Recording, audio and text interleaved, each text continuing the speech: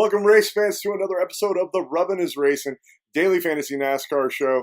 I'm your host, Sean Big Poppa Williams, and with me, as always, is... I'm Jamie, the Liehr. And I'm Adrian with my slightly less dial-up connection. Yeah, it's a little bit better this week, but we're still going to call you Dial-Up, bud. As long as I'm in the game. We've got all your guys' action from the Go Bowling 400 from Kansas Speedway. Liehr and I were there tonight. We have hot passes. It is one of the coolest NASCAR experiences that you can ever have. Thank you, Adrian, for helping getting us hooked up with the hot passes. Just an amazing experience. I hope every NASCAR fan out there gets a chance to experience it. And hopefully it's helped us get even better picks for you this week. But let's go ahead and get into the track breakdown in action with Liehr. Liehr, what do you got for us this week, buddy? Well, first and foremost, before I get started, I will be naming my next child either Adrian or their middle name will be Adrian, or they'll have the name Woodruff in there somewhere. But yes. Back to the task at hand here. We're going to be going to the Go Bowling 400 tomorrow in Kansas City, Kansas, our home track here for me and Poppa at Kansas Speedway. The track is 1.5 miles in length, 267 laps to complete the race. It is a tri-oval shaped track, asphalt surface. Turns are 17 to 20 degrees, and the front stretch is 9 to 11 degrees. Drivers can go below the line, which will be common definitely on the front stretch of this track. This week we are racing with the most common track on the Sprint Cup circuit being the 1.5 mile track. The front pack usually stays up towards the front, but you will need a nice mix of up-front drivers along with some place differential drivers this week. Here at Kansas, they can race up to 3 wide, and even tonight in the truck race, I mean, we saw them for a brief moment go 4 wide, but there are multiple groups here, but the low line is definitely the preferred line here. Kansas opened up its first NASCAR race in 2001, and basically was 1 race per year. And then now they moved into having 2 races per year, one being at night in the spring, and then the chase race in the fall. This track is very similar to Chicagoland Speedway. It was constructed by the same developer. Drivers will be wide open at this track, so not really using the brakes or any shifting really. But the average amount of cautions here is 8, so pit crews and pit position will play a big factor here as well. Interesting fact about Kansas. The pole winner has gone 1-1 4 times in 20 races here. And crazy part about that is it happened both races in 2013 with Matt Kenseth winning in the spring race and Harvick winning in the fall chase race. Another interesting fact is a Toyota has not won here since 2013. And also Joey Bag of Donuts Logano has won 2 out of the last 3 races here. So maybe Logano might be a sneaky play here, boys. Weather is going to be 86 degrees, sunny, clear skies all night long. There is a 0% chance of precipitation, back to the 0. Winds will be west-southwest at 11 miles per hour, according to weather.com. So it's going to be a gorgeous night for racing through, a tad bit of warm weather. But the race is Saturday night, tomorrow night, May 7th at 7:30 p.m. Eastern on Fox Sports 1. All right. With that said, I think that transitions us well into who we have picked to burn some rubber this week, the plays that we think you need to have on your DFS lineups to hit the cash big in the GPPs. And we'll go ahead and start it off with Adrian, who is flashing team lows, which means he must be picking Jimmy Johnson. Break down Jimmy's track history and why you want to play it for us, buddy. Yeah, you nailed it, Poppa. Jimmy Johnson is my guy this weekend. He's starting in the 15th position. He did not have the best qualifying after that. But, they really worked on race trim a lot during practice, so they weren't too worried about qualifying because that team always performs well in the race. And, we all know the race is way more important than qualifying. He has a top 10 in 16 of 19 Kansas starts. So he has only started 3 races where he did not finish in the top 10, which is incredible. He has a top 5 in 8 of 19 starts at Kansas. He has 3 career wins here, which leads all active drivers. He's the defending race winner at Kansas, winning the SpongeBob SquarePants 400 last year. He has 601 career laps led at Kansas, which is second all-time, only behind Matt Kenseth. He has an average finish at Kansas of 8.74, which is the best in the NASCAR Sprint Cup Series.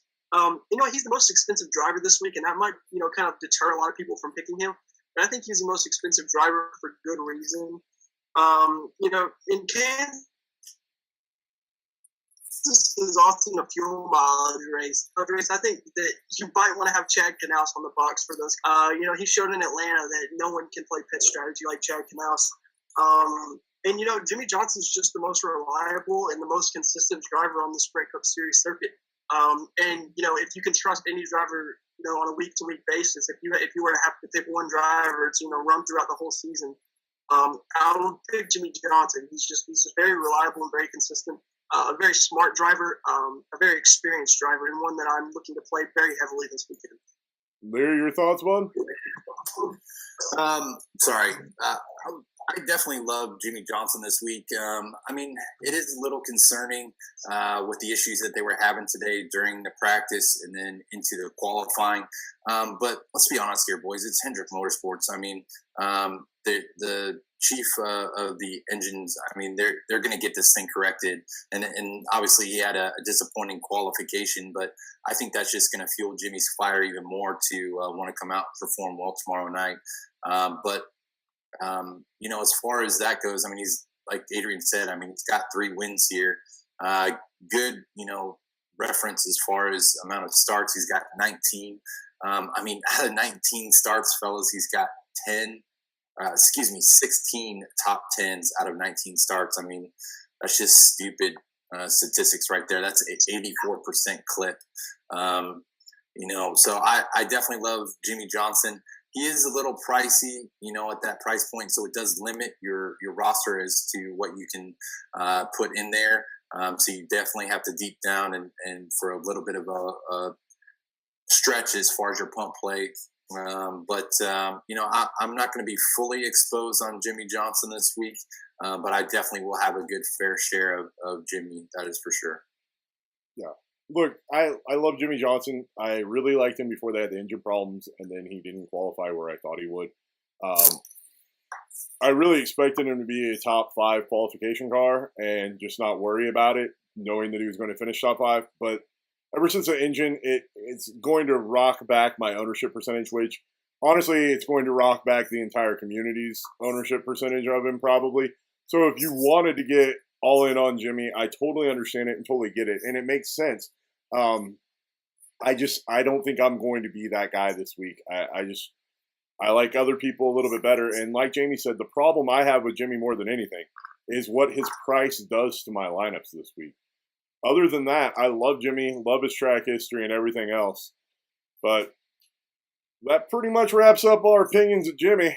Liehr, buddy, who do you got for us to burn some rubber this week? Well, my burning rubber pick is the gentleman that he took home the pole this week. And there's a nice Coors Light pole hat there for you that we got from the guys there. Awfully nice of them to give that to us. But I'm rolling with the number 78, Martin Truex Jr. in the Bass Pro Tracker Boats vehicle. Boys, let's be honest here. Truex is off to a nice start this season. He currently sits 9th in the Sprint Cup standings. His car has been fast this year at the 1.5-mile tracks. His Furniture Row team has a great strategy at the 1.5-mile tracks. Just for example, look at Texas Motor Speedway earlier this year at the Duck Commander 500.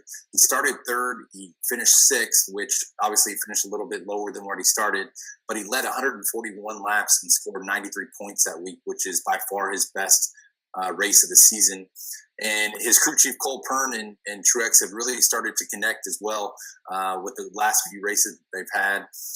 This week at Kansas, he's been running, really fast times. He qualified first, like I said, and during the practice sessions, he was one of the fastest cars on average. So, but his cost this week is $9,200, which will only be the 4th time this whole year that he's been over 9K. which might scare some players off of him. But he was really fast, like I said, in all the practices. In his 15 starts here, he's got 4 top 5s and 5 top 10s. He has not won here in Kansas, nor has he won in 2016 so far. But based off of what he's been doing this week and just a bit of a gut feeling, the Rain Man and me coming out again this week, boys. I think Truex Jr. goes 1-1 with a ton of points, and you will definitely need to own him if you want to take down a GPP this week. But go get him, Truex. Yeah, I think this is the week that we get one of those Toyota wins. And I think that the Toyotas are just so much faster than everybody else, and they haven't had any issues. Truex, ever since they had the partnership with JGR Racing, that car is a bat out of hell. Like, it is just running fast, and it's running good. And I don't see anybody stopping them this week. He might be out front a lot of the race. And if it's not him, it's going to be the JGR cars that support him. And Jamie's trying to show off his autograph there in the background. But Adrian, your thoughts, buddy? I am all over Martin Truex Jr. this weekend. He was on a rail at Texas, guys. I mean, had a few things gone right, Truex would have ran away with that race, and it wouldn't have even been close. Carl Edwards' car, was probably we got dial-up. the next best car, but it wasn't even. Did it mess up? Yeah. All right, look, start over at the Carl Edwards thing. Okay. I'm gonna start the whole thing over. Okay. Sounds good. By the way, guys. I guess. Sorry, I forgot my burning rubber, and we forgot to do the weather too, but that's okay. Well, we haven't got to your burning rubber yet. Yeah, you did. Right the burning rubber thing. Yeah, you did totally forget that. I'll add it. I'll just record one of your old ones and put it in there. All right, Adrian, whenever you're ready, dude. Different and everything. Yeah, that would be awesome. Just cut to a burning rubber. Cut back. Yeah. Okay. All right. Let's do this. Yeah, boys, I am all over Martin Truex Jr. this weekend. You mentioned Texas, Jamie, and at Texas he was on a rail, no one could touch him. And had a few more things gone right, he would have ran away with that race. And that kind of seems to be the trend we've noticed with Martin Truex Jr. lately. He's had really fast cars, and unless it stays green and there's a long green flag run, he tends to struggle. If that team has to make a quick decision or something like that, close to the end of the race, pitting or not pitting, 4 tires, 2 tires, it just seems like the entire field just sit away.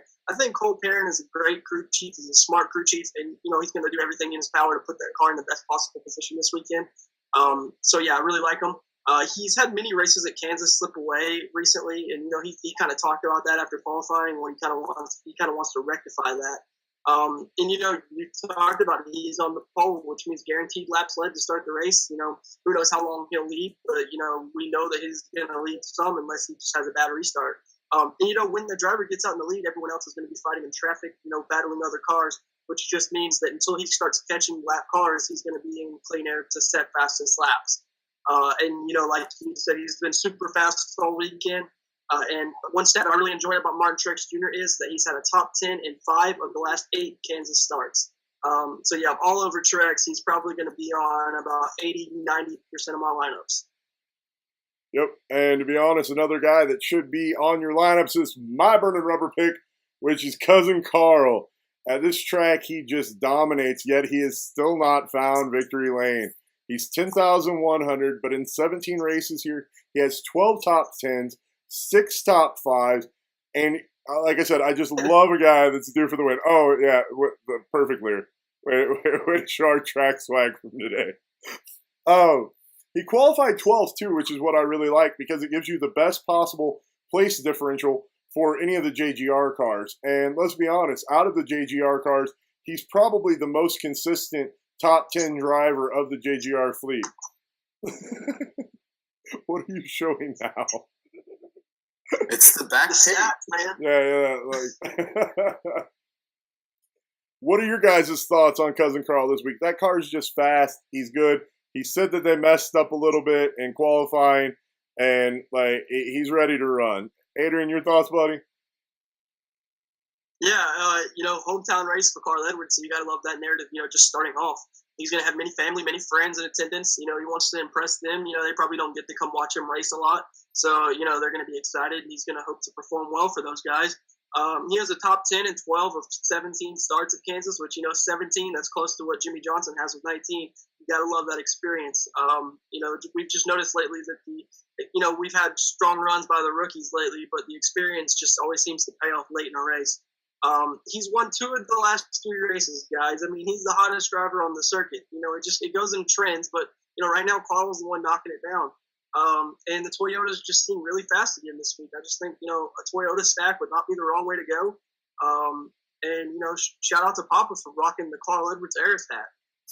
I like how all of us tipped our picks this week with our hats. Yeah, man. Well, I changed it up, but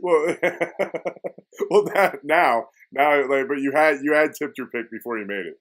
Yeah, here we go. All right, but you know what? I love Carl Edwards this week, fellas. Starting from that 11th position, 12th position. With somebody with his stature, just like Adrian was talking about. I mean, he's won 2 out of the last 3 races. I mean, you're coming off a 158-point performance at the Food City 500, a 121-point performance at the Toyota Owners 400 when he won both of those races. And then last week, obviously, a disappointment at Talladega at the Geico 500. He was negative points, which I think that's going to deter some people from putting them back on their lineups again this week, which I think those people are making an absolute mistake because he has just as much opportunity to win the race here, especially being on such a strong team as JGR and coming back to his home track, which, I mean, he comes here all the time to run practices and stuff. So he's very familiar with how the track is run. So I'm definitely liking the Carl Edwards play this week. He is a bit pricey, and I think, DraftKings is just basing that off of, 2 out of the last 3. But I mean, it's crazy, 10,100 for Carl Edwards, but that means that you're going to make him one of your main staples of your team, which I have no problems doing that at least more than 50% of my lineups. But I mean, the crazy part is out of the last 4 races, he's led 124, 276, and 151 laps, 0 laps last week. But I mean, that's just a ton of laps led, boys, as of late. And he's sitting in the 12th spot, and I have no doubt that he's going to make his way up to the front here at Kansas. Yeah, I think because of his price, because of last week, and because of where he qualified as the bottom of the JGR group, I think his ownership percentage is going to be way lower than what it should be. And like Adrian said, even though I wish he wouldn't have, no, I'm just kidding. We give our secrets on this show. We don't care. A JGR stacks are where it's at this week. I really, truly believe that. That's at least my advocacy. So with that said, you're going to need to find some value this week to get these expensive drivers that are worth their weight in dollars on your lineup. So Adrian, who do you got for us for some value this week, buddy? Oh, well, I'm saving you guys a lot of money this week. You're going to really enjoy this one. I've been kind of picking drivers, in this, high into the 6K range, but I'm going to keep it a little low on the 6K spectrum. I'm going to roll with Landon Castle, guys, driving the number 38 for Front Row Motorsports. We talked about him last week. He finished 11th. We're going to keep riding the hot hand. He's starting 35th. Eric, so get ready for this, guys. I'm going to throw in some crazy Landon Castle stats for you. He has over 20 fantasy points in 7 of his last 10 races in 2016. Over 30 fantasy points in 4 of 10 races in 2016. He has a top 25 finish in 6 of 10 races in 2016.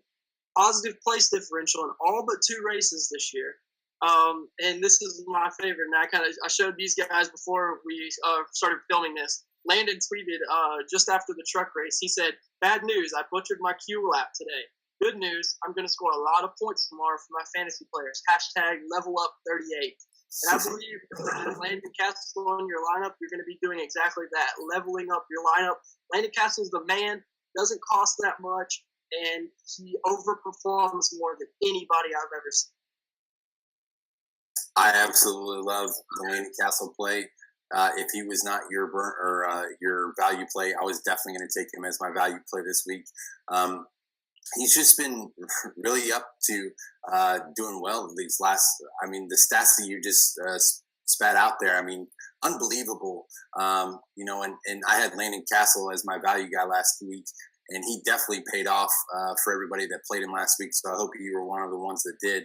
But I just absolutely love Landon Castle, and starting from his starting position, which is 35th. I mean, you can't get any better than Landon Castle at the 35th spot. He has nowhere else to go but up, and he could easily get into the early 20s, if not the mid to high teens. And he may even surprise people and get into possibly the top 10. So I'm right there with you, brother. I'm going to be all over the Landon Castle play this week, and I think everybody out there should too. Well, just call us the Three Amigos, because I was also on Castle and was going to pick him as value before you guys would have. But, he's just the right play. There's not much more to add than that. I can reiterate the stats, guys, but the fact of the matter is you're going to need value, and he's just the right play that's going to produce you positive points. With that said, Liehr, who's your guy for value?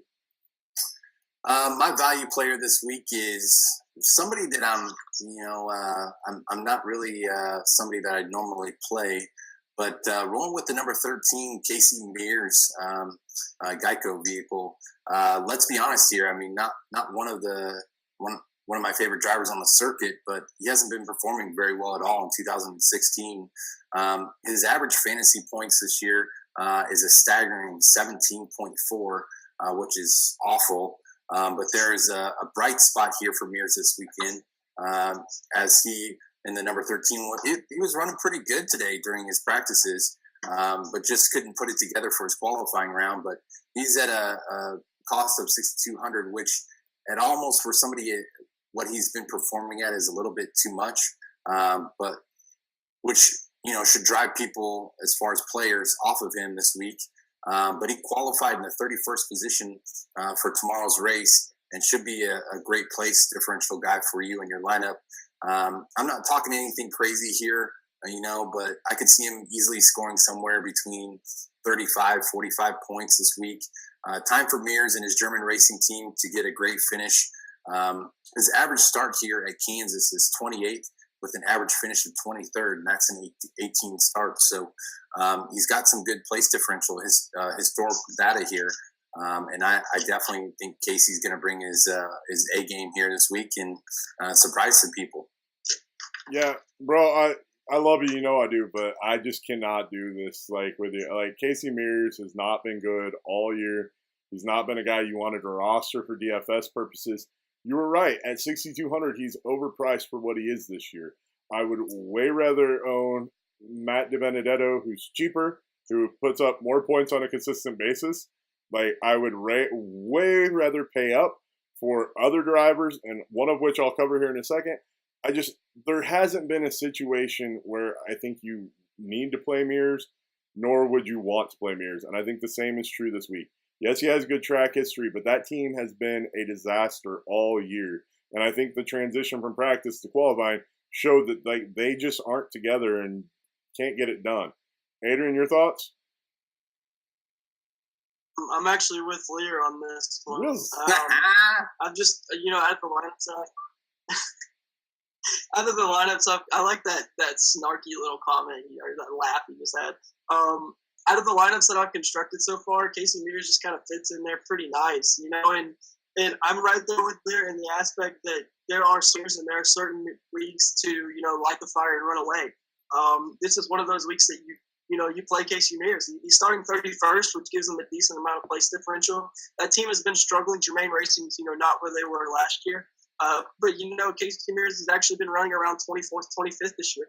And if he finishes around 24th, 25th, I don't think that, the drivers that you could pick around that price point, you have guys like Matt Benedetto and Chris Buescher who are way overqualified. So you just can't pick those guys. And, it's just part of it.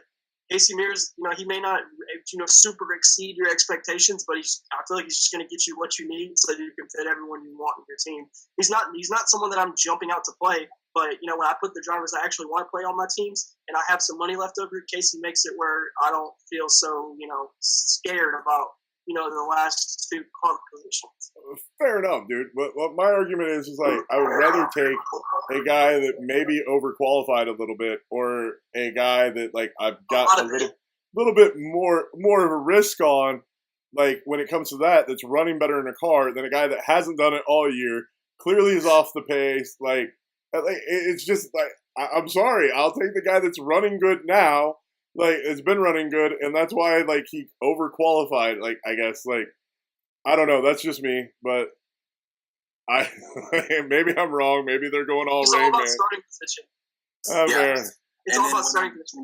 when I'm with you tomorrow night, Poppa, and we're at Kansas Speedway, and Casey Mears has a good finish, and I give you "I told you so." You can go back and watch this video, and just know that I gave it to you before it happened. Just remember too, if he's the dumpster. When Casey wins the race on fuel mileage. Yeah, when he's the dumpster fire that they've been all year long for that DFS would be purposes. Crazy if he actually won the race. I don't know. That would be Well, I'll just light all my money on fire if that's the case. Charlotte 2007. All right. Well, I'm sure you guys will say that I'm going to talk about somebody that's way overqualified then in my value pick, but I'm coming at you from a different perspective here. And, yep, I'm going with Bane, man. 6,400. That's what I'm saying. I'll find the $200 to spend up on Bane. He qualified 10th. His car was a top 10 car in both practices, putting down good speeds. He's 6,400. He's easily the best bang for your buck. He's not been a dumpster fire. Matter of fact, he's been one of the hottest drivers on the circuit recently. This car's fast. Bane's an amazing driver. As they're both holding up Bane swag, I got to show you guys. There you go. I'm all aboard the Bane train, and the best part about being on the Bane train, kids, is he's always under-owned. Always. I don't like you. You never get Bane at above 10% ownership percentage. Your guys' thoughts, Adrian? Oh, you know how I feel about Trevor Bane, Poppa. All right, settle in, guys, because I've wrote a novel for you. Trevor Bane, top 10 in 2 of the last 3 races in 2016. Top 10 in both practices this weekend, with it being a 5th place finish in the first practice. As Poppa said, underpriced. Just for what he's been doing lately, you can't argue with that. Roush Fenway's 1.5 mile program is arguably their strongest suit this year in 2016. Trevor talks about, in Greg Biffle and Ricky Stenhouse even, they talk about how the short tracks have kind of been the struggles of Roush Fenway, but, Trevor even finished 5th at Bristol, which was really surprising for a lot of people. So, the 1.5 mile tracks is where they've really, outperformed, so I really like that. And Bane takes very few risks, and he's a very smart driver. He had a speeding penalty at Bristol and still rebounded to finish 5th. But I don't think he's going to make that same mistake again this year. I think they've got that all squared away. That's just, and again, Poppa stole my pick. I stole his Landon Castle pick, but he stole my Trevor Bane pick, which is fine. I can't pick Bane every week, or people, whatever. People would say, like Jamie said, I'm a homer, but.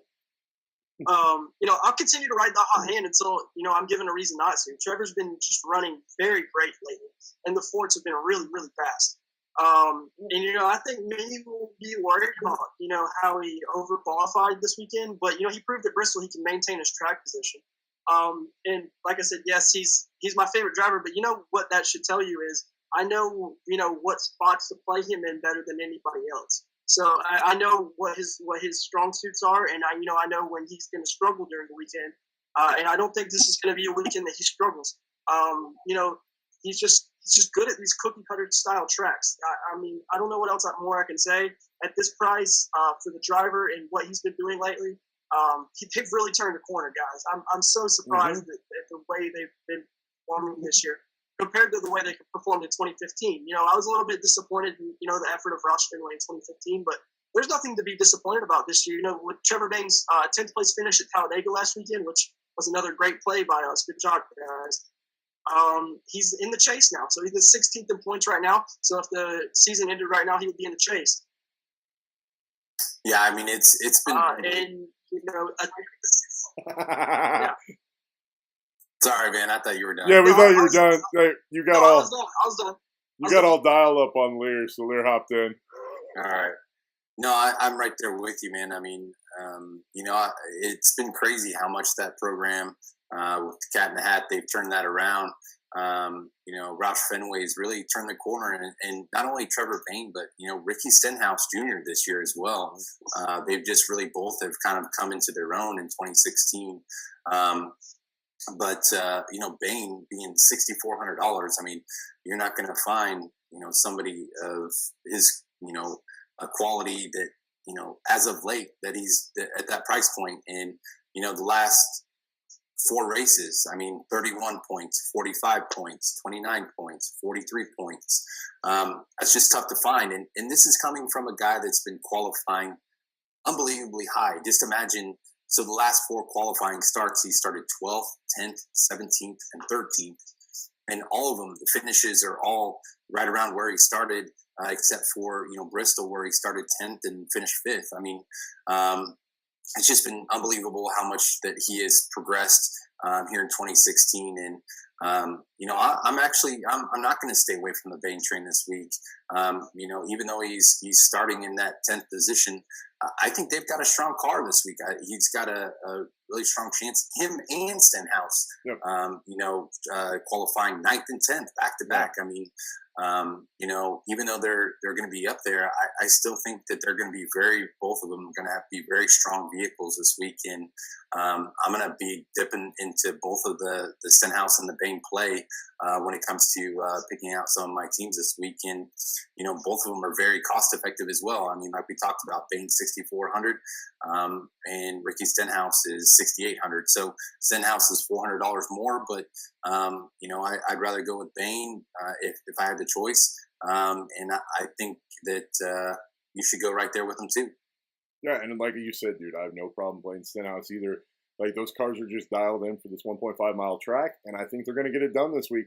And let's be honest, there's 0 other drivers that without something crazy happen, have a statistical likelihood of paying off their price the way they're running as those 2 guys, right? Like, they're just criminally underpriced. And I just think that you're getting an amazing value here.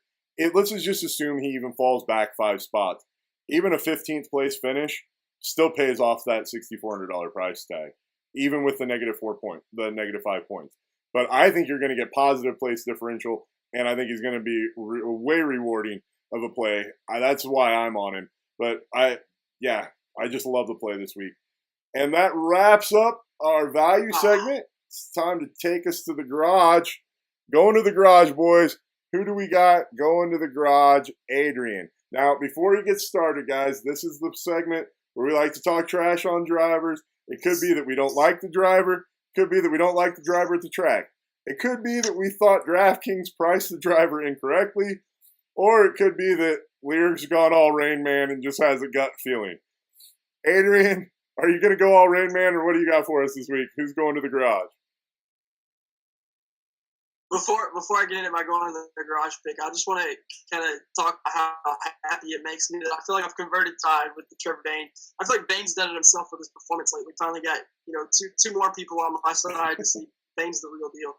But no, I don't think I'm going Rain Man this week. I think that this is a legitimate strategy and a legitimate going to the garage pick, guys. I'm picking Tony Stewart in the number 14 Mobil 1 Chevrolet for Stewart Haas Racing. He's starting in the 16th position. Let me just say, in 2015, he struggled at Kansas with finishes of 39th and 35th. He has negative place differential in his last 5 Kansas starts. He just really, really struggles badly at these 1.5-mile tracks since NASCAR switched to the Gen 6 car. He hasn't proven anything to me since, that time, around 2013. And it's just, I say, when Ty Dillon was switching out the car, Ty kind of talked about it, but Tony was quoted in saying, "I suck at driving these things." And I'm sorry, guys, but I just won't play a driver who doesn't believe in himself, honestly. It's as simple as that. Tony doesn't believe that he can perform well in these cars. And if he doesn't believe that he can perform well, why should I believe he can? And I think his ownership percentage is going to be actually pretty high because of his name, just like we talked about last week. This is a race where you'll notice the side effects of him being sidelined. You have certain things like the games the drivers play on restart, pit road, certain things like that. And, NASCAR is a mental game. And if you're out of it for, even 2 races, you can really tell. And, I think that you're going to notice how that he's not as sharp as the other drivers. And that's not saying anything about Tony. I may not like him as a driver, but, he's had great success in the Sprint Cup Series. But he just hasn't had any form of success lately. And at 7,200, I just think there's better ways to spend your money. What do you guys think? Yeah, I'm right there with you, bro. I really just think that Stewart this week is going to be one of those types of plays that it's going to be hard to get on somebody like that because, one, he hasn't been racing on the track at all. And two, it's almost kind of weird. It's kind of like the Cole Trickle syndrome when he got hurt and then he got back in the car and he was scared. And, even though he had been doing it for years and years, like just scared about being back in the car. A nice little Days of Thunder reference there, but I really think it's going to be the same thing. And for him to be starting out at that same position in the 16th position this week, there's really no direction for him to move up. And now they did qualify with a decent time at 188.587 miles an hour. But it's different when you're running with a crowd instead of running out there by yourself. And I don't see Stewart feeling comfortable in the traffic this week. And I think a lot of people too will be all over the play because of how Ty Dillon finished last week, starting 4th and finishing 6th with a nice, 48 points there for Stewart. So I think a lot of people are going to be on the play too when in essence looking at, all the numbers and everything and what Stewart's just been through. I think it's definitely a safe play to say, do not even touch that. Yeah, I mean, you guys have heard me go off on the psychological aspects of Tony Stewart. I'm actually going to go a different route since you guys already covered that. That back is still at the point where like they're having to medically clear him for different races, and the doctors are concerned about it. You're telling me sitting in that race car that he's already uncomfortable in mentally for 2.5, 3 hours, like isn't going to start messing with his back and causing him even more problems. Like I just think it's one of the easiest fades in the world for psychological, physical reasons, and just performance reasons of those cars at this track. Like I think it's an easy fade. With that, Liehr, who do you got going to the garage this week, brother? Guy I got going to the garage this week is the number 31, Ryan Newman. Newman's just been okay this year so far. Not horrible, not terrific. His average fantasy points so far this year is 22.2, and he is decent at 1.5 mile tracks. But for some reason, Ryan just has not been able to put anything together as of late. He overqualified this week today. He's going to be starting in the 8th position. His price is somewhat appealing, boys, at $7,300. But I promise it's a mirage. It's only tempting and will only give you false hopes. His average starting position here is 13th with an average finish of 17th. He needs a good showing for RCR, but him and his crew chief, Luke Lambert, need to get on the same page if they're going to produce any results. So to me, just too much risk this week with Newman. I just don't forecast him getting any points and basically dropping back into the field. And just for my DraftKings money for my rosters this week, there's just better options, more cost-effective options out there to spend my money elsewhere this week. So I am off the Ryan Newman play this week. So yeah, because Granger is not going to get it done. Yeah, look, the Ryan Newman play, it's an interesting one. I have him in a couple of lineups, but he has overqualified.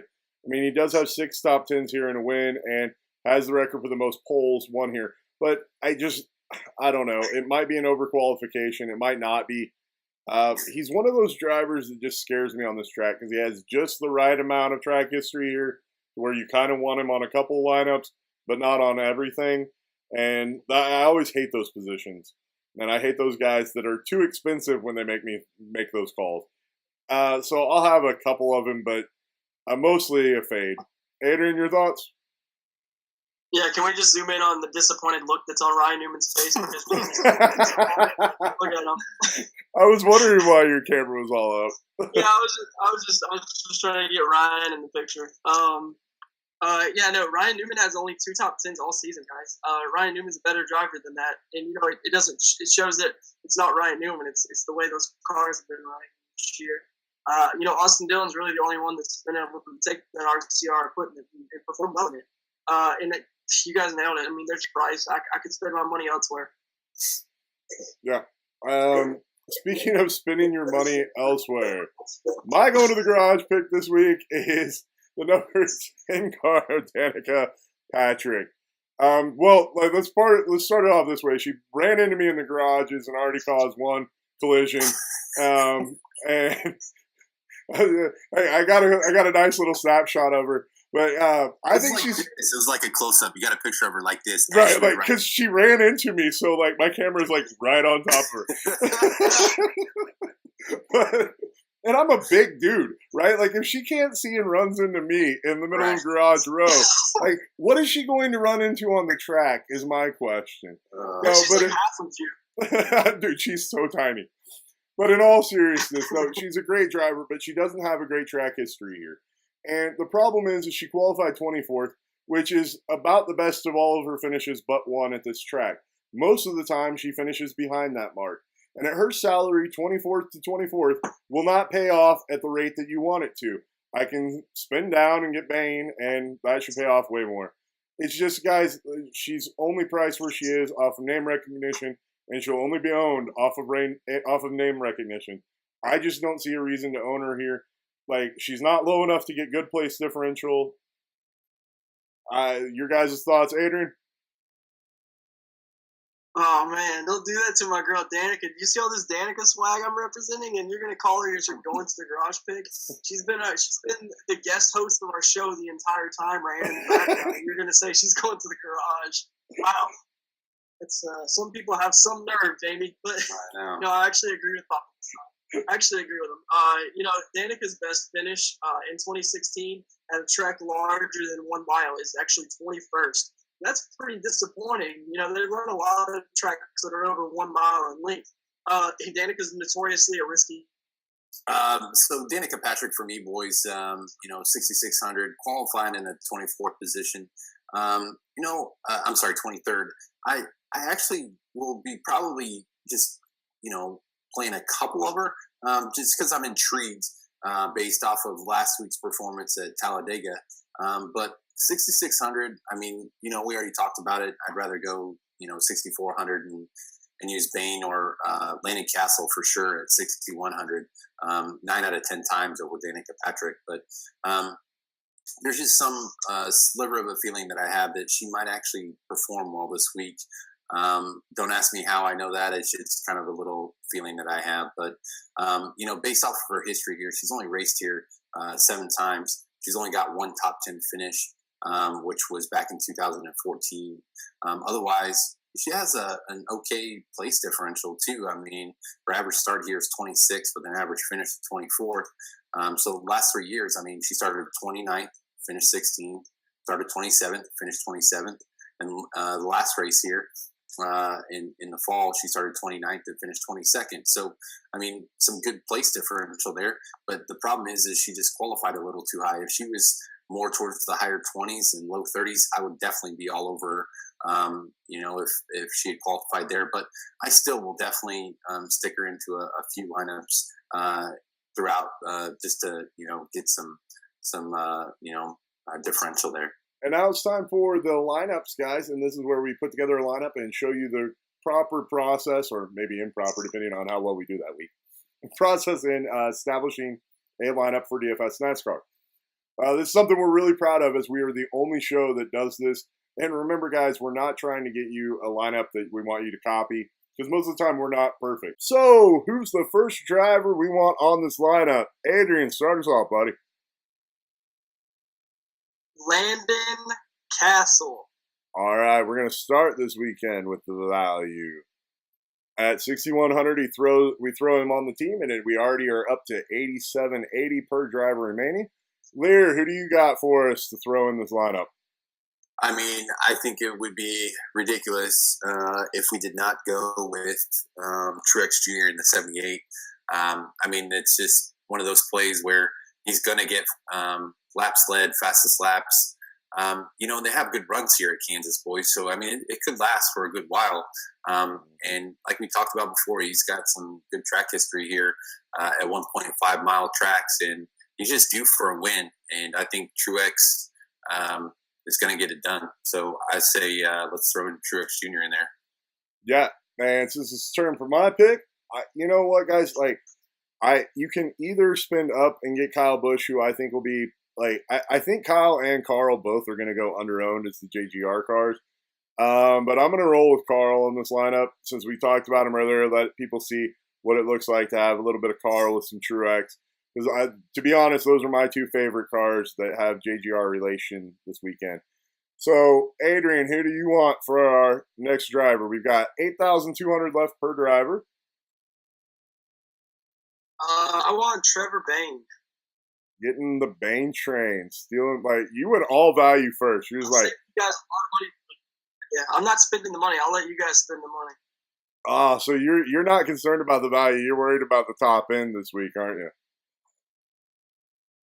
I'm a little bit worried about the top end. That's usually where you take your lumps. It's not having the guys lead the laps. So, yeah. All right, Liehr. We got $9,100. For Jimmy, that was. Yeah. We got 9,100. We got 2 spots left. Where do you want to go, man?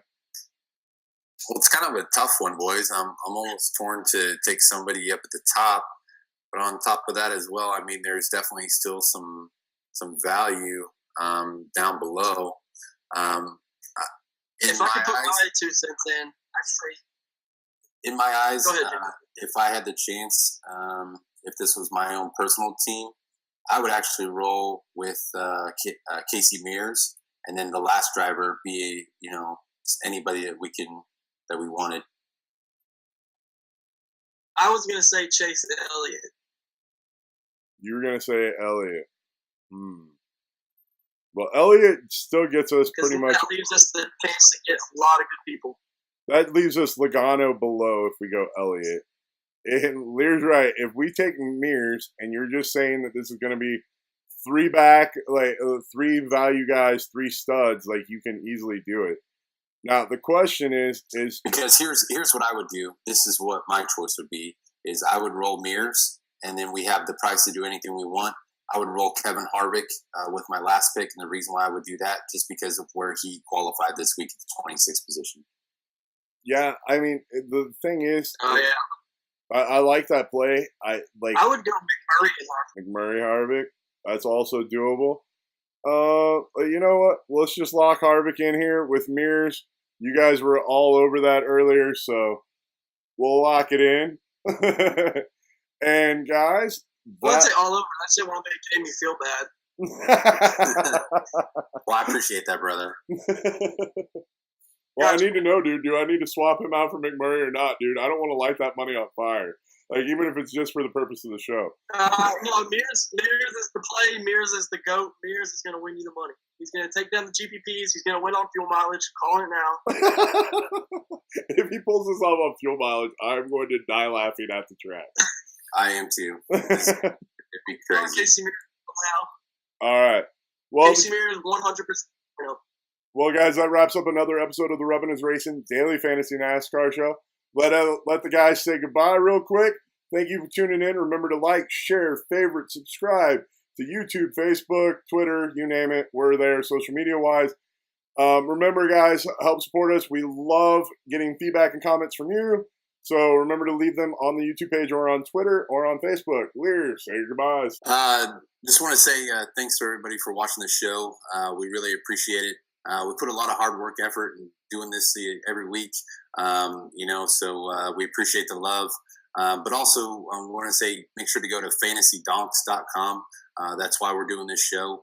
But also, too, want to thank Adrian for the opportunity to do something amazing, going to the race and having hot passes being in the garage and being on pit row for today and tomorrow. It's just been an amazing experience so far. And I'm so giddy about tomorrow. But it should be a great and exciting race. Always is at Kansas. And I think we're going to see some surprises tomorrow, some that a lot of the fantasy community hasn't really accounted for. But old Martin Truex, buddy, let's get it done this week.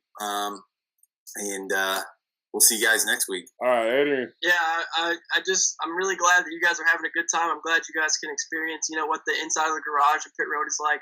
I've had the fortunate opportunity to do it multiple times over the past few years, and it's something that you don't really know about until you're actually there. I'm really excited for this weekend's race. I love night races. I'm really, excited about the way, this 6 team and Trevor Bayne's been trending upward. If we don't like to play favoritism, it's just, we're just picking drivers for your fantasy leagues. But, Trevor Bayne's my guy, and I really want him to do well. So I'm really pulling for him. Thank you for watching again, everybody. Happy Mother's Day to all the moms out there. And we hope that you all have a great weekend. Thank you for watching. Yeah, I want to jump in real quick too. Sorry, I want to say Happy Mother's Day to all the moms out there as well. But also too, just so you guys know, over at the cars, over at the haulers, they have all these cards. Okay, so we went around and got cards from every single driver. What we will do tomorrow is we will go around and get some autographs. If you like and then share the video, we'll pick somebody and we'll send you the information, and we'll send you one of the cards that we get from one of the drivers that signed it. All right, so remember, you have to like That's and awesome. comment on YouTube to get one of those autographed cards. So, and we'll mail those to you, and we'll announce the winners when you do that. So, with that said, guys, hopefully we're making some money this week. Hopefully we're making a lot of money, and hopefully I'm making more money than you. But as long as we're all making money, it's all good. Have a good week, guys. Peace out. Have a great weekend, everybody. Peace, guys.